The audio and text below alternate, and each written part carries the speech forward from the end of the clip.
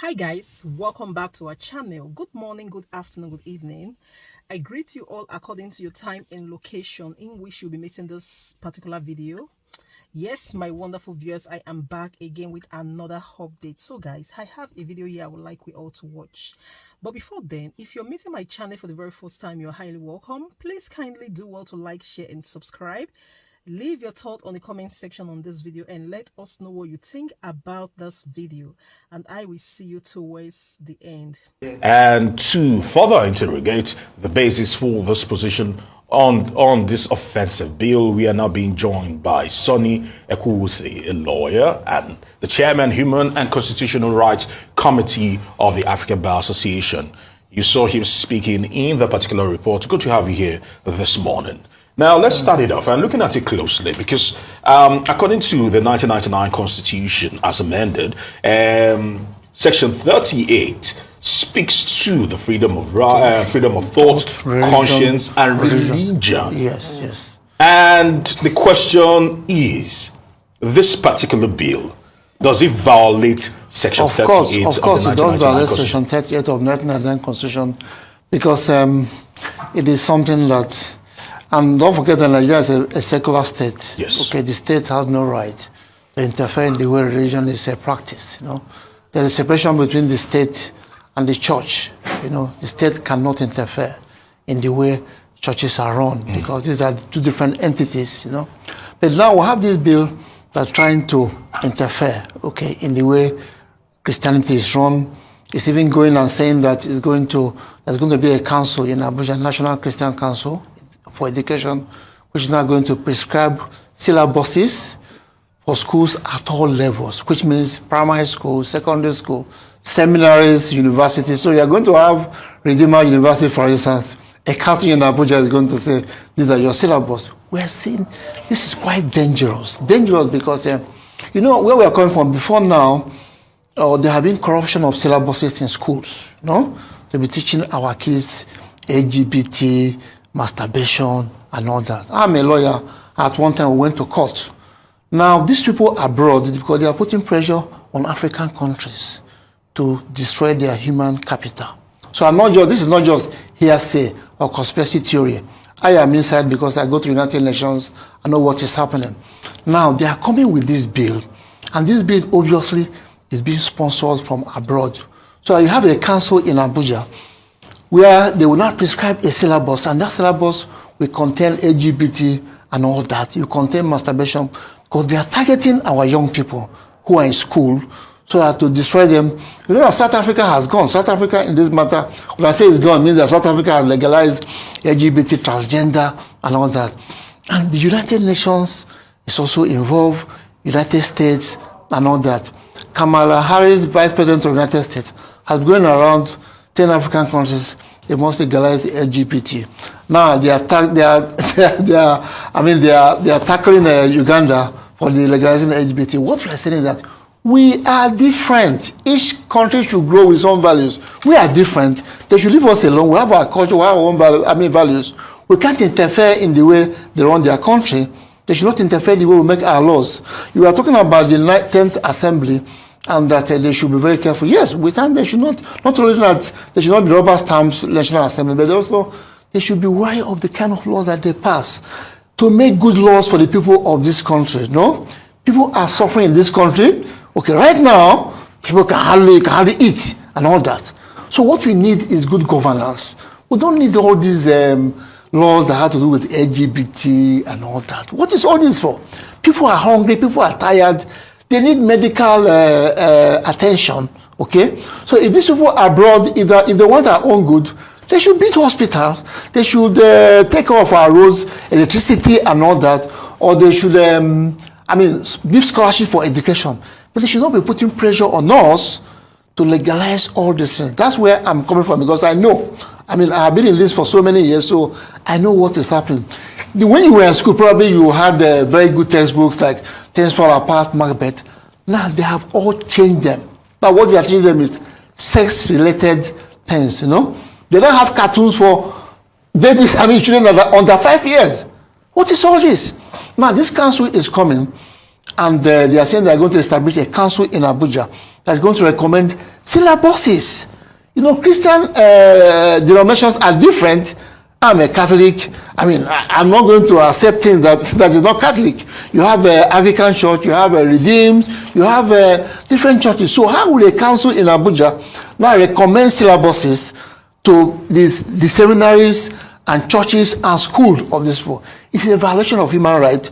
As a lawyer, I'm saying that this is not acceptable, and that bill should be dismissed because it lacks merit. They are going to meet in Abuja next week. The people who are sponsoring the bill, they are going ahead because they had a Zoom meeting, and we told them, look, this bill is not acceptable because it's violation of people's rights, okay?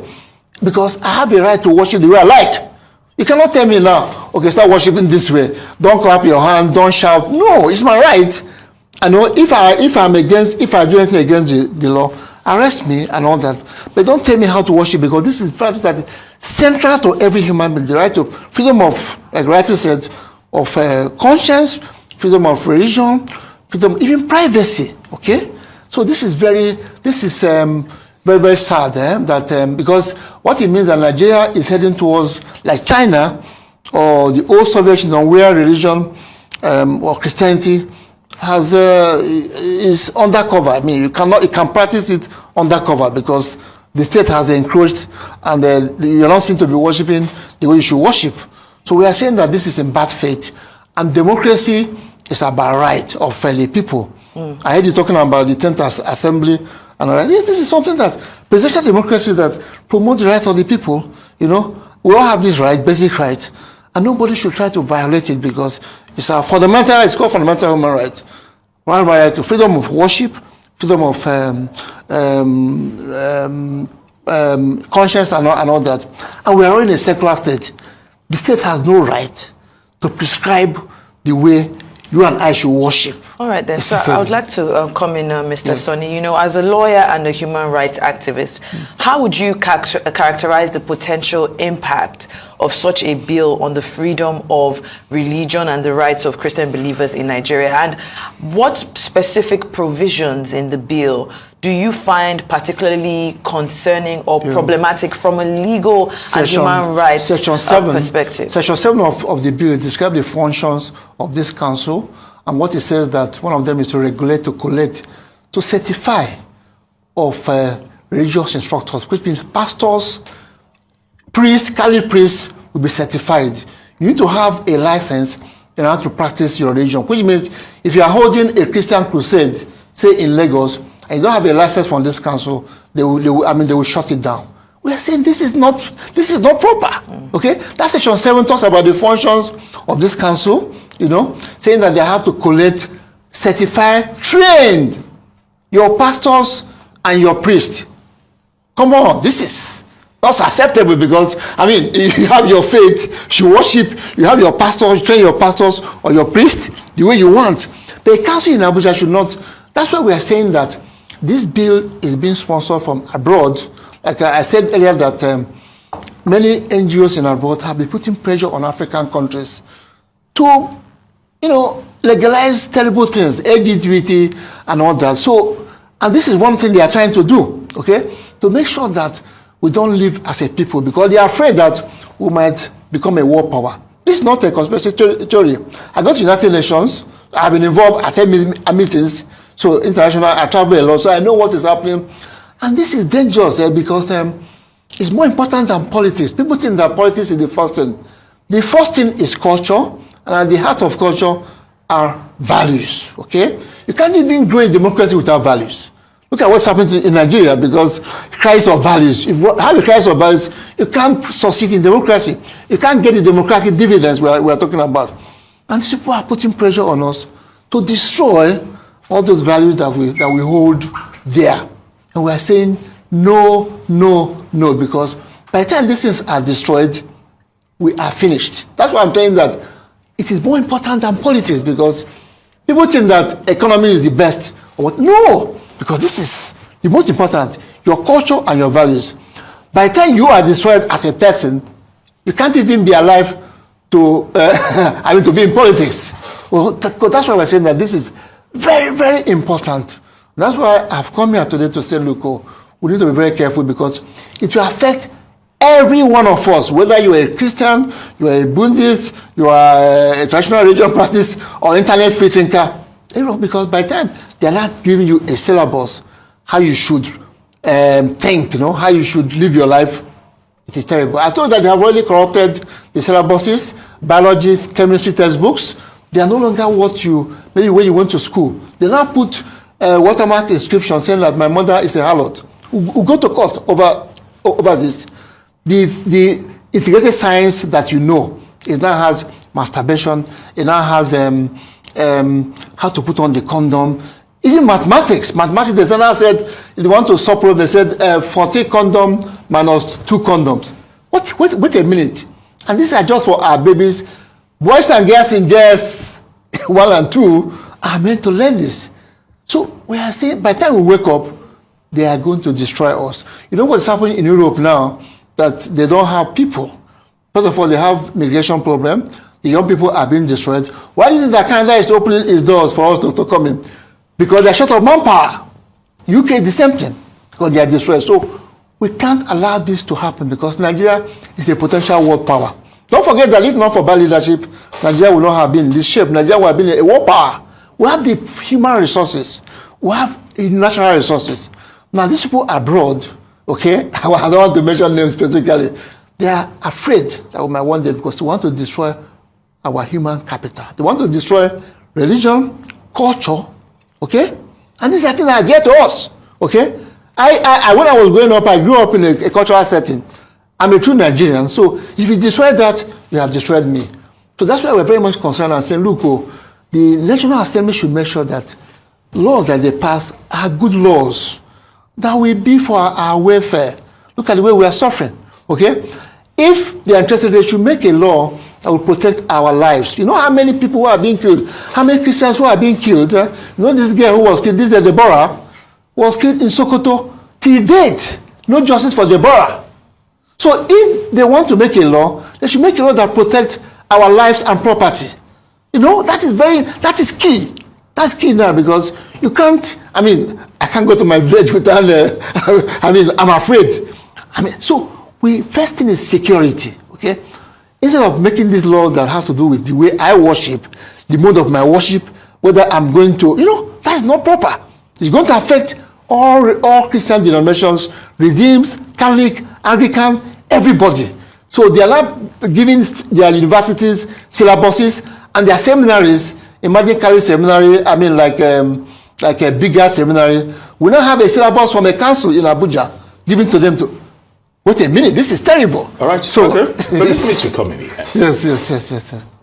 And my question will be, why Christianity? Yes. Understanding that there are 3 main recognized religions in Nigeria. Christianity, Islam, and of course, putting in indigenous religion. Yes. So the question is, why Christianity? Why Christianity? This is something, yes, I also asked myself, why Christianity? Because don't forget, this is not the first attack on Christianity. We have had licensing of marriages, Christian marriages. I was also involved in that argument. We also have putting provisions in Corporate Affairs Commission, CAC, provisions to gag Christian NGOs. Somebody has gone to court, a lawyer has gone to court, and those sections have been knocked off. So there have been an attack on Christianity. And this is, we have to be very careful because it's equity and fairness, that why not apply, everybody should be on the same playing field, a level playing field. You don't take one religion. We have Islam, we have traditional African religion, we have Buddhists and all that. Why tackle Christianity? Not only tackling the way Christianity is being operated now, they're also killing Christians in this country, the case of Deborah and all that. And many Catholic priests have been killed. So what we are saying is that, look, don't take exception. Democracy has made a level playing ground for all of us. It's equity, okay? What is good for the Ganda? How do they put it again? What is good for the Ganda? So level playing field for every one of us.